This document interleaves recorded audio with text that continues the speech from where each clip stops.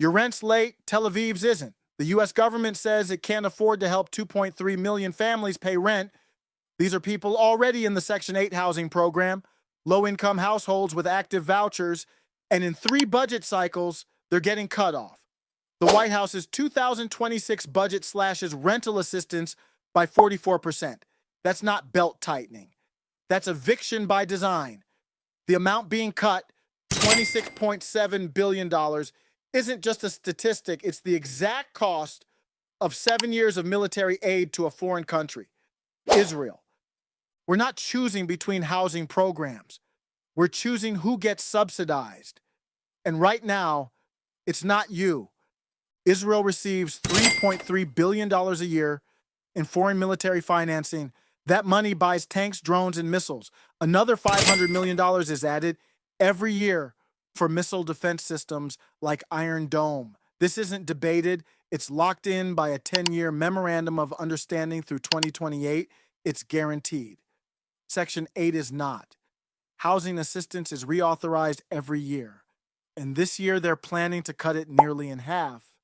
They say we can't afford to help 2.3 million American families pay rent, but we're still sending $3.8 billion a year to a country that gives its citizens universal health care, rent stipends, and government-funded schools. That country isn't a dream, it's Israel. Israel's national health insurance covers every citizen. Israel spends about $3,800 per person for universal national health insurance. In contrast, U.S. Medicaid, which is means-tested, not universal, spends about $8,800 per enrollee. Israel's cost per person is less than half what the U.S. pays, even though Israel covers everyone. So while U.S. policymakers claim we can't afford universal programs, we're literally funding a country that proves it can be done cheaper. And in Israel, public education is guaranteed from primary school through secondary levels for all citizens. It's not tied to income, residence, or application processes. Rent assistance reaches around 180,000 Israeli households. Their main program pays between 1,000 and 3,000 shekels per month, depending on family size. But rent in Tel Aviv averages over 6,900 shekels. That's $2,000 a month. So even Israeli families are told to find cheaper cities. Their government doesn't cover the full bill. Ours does. Not for you, for them. Let's run the math again. Israel's rent stipends, 1,000 to 3,000 shekels, cover only 20 to 30% of rent in places like Tel Aviv. Israeli tenants are still left paying most of the cost.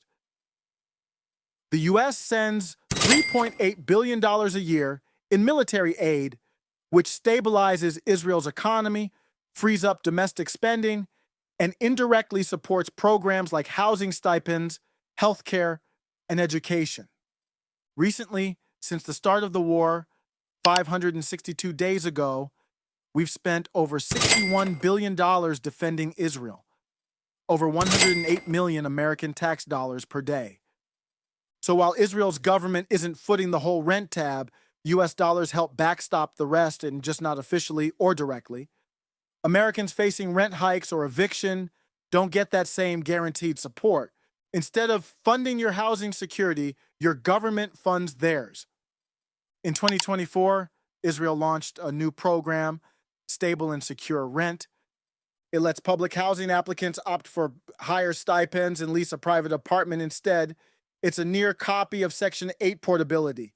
We help to fund it, just as we're pulling the plug on our own version. One Iron Dome battery costs around $100 million. That same amount could fund housing vouchers for 35,000 American families for an entire year. Instead, Congress approved emergency Iron Dome funds in 2014 by a vote of 420 to 9. That same year, HUD warned it might lose 24,000 vouchers due to shortfalls. No vote, no hearing. The math isn't a mystery. The trade-offs are visible. For every billion cut from Section 8, 100,000 families lose their housing. The proposed $15 billion cut means 1.5 million households displaced. HUD knows it. GAO knows it. No one's confused. They just don't care.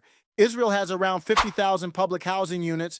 Over 30,000 families sit on the wait list, but they also have a rent assistance program that reaches nearly 20% of all renters. In the US, Section 8 reaches only 5%. If Section 8 were fully funded, it would cost 5 times the annual aid we send to Israel. But it's not, because the system doesn't serve you, it manages you.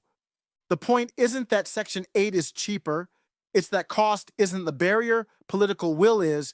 Israel gets its full $3.8 billion every year, guaranteed. Section 8 only reaches 1 in 4 eligible households, with 75% left out on purpose.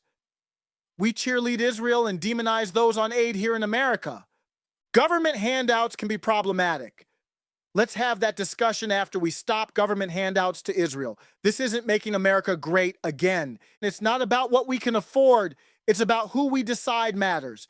In 2024, pro-Israel groups raised over $51 million.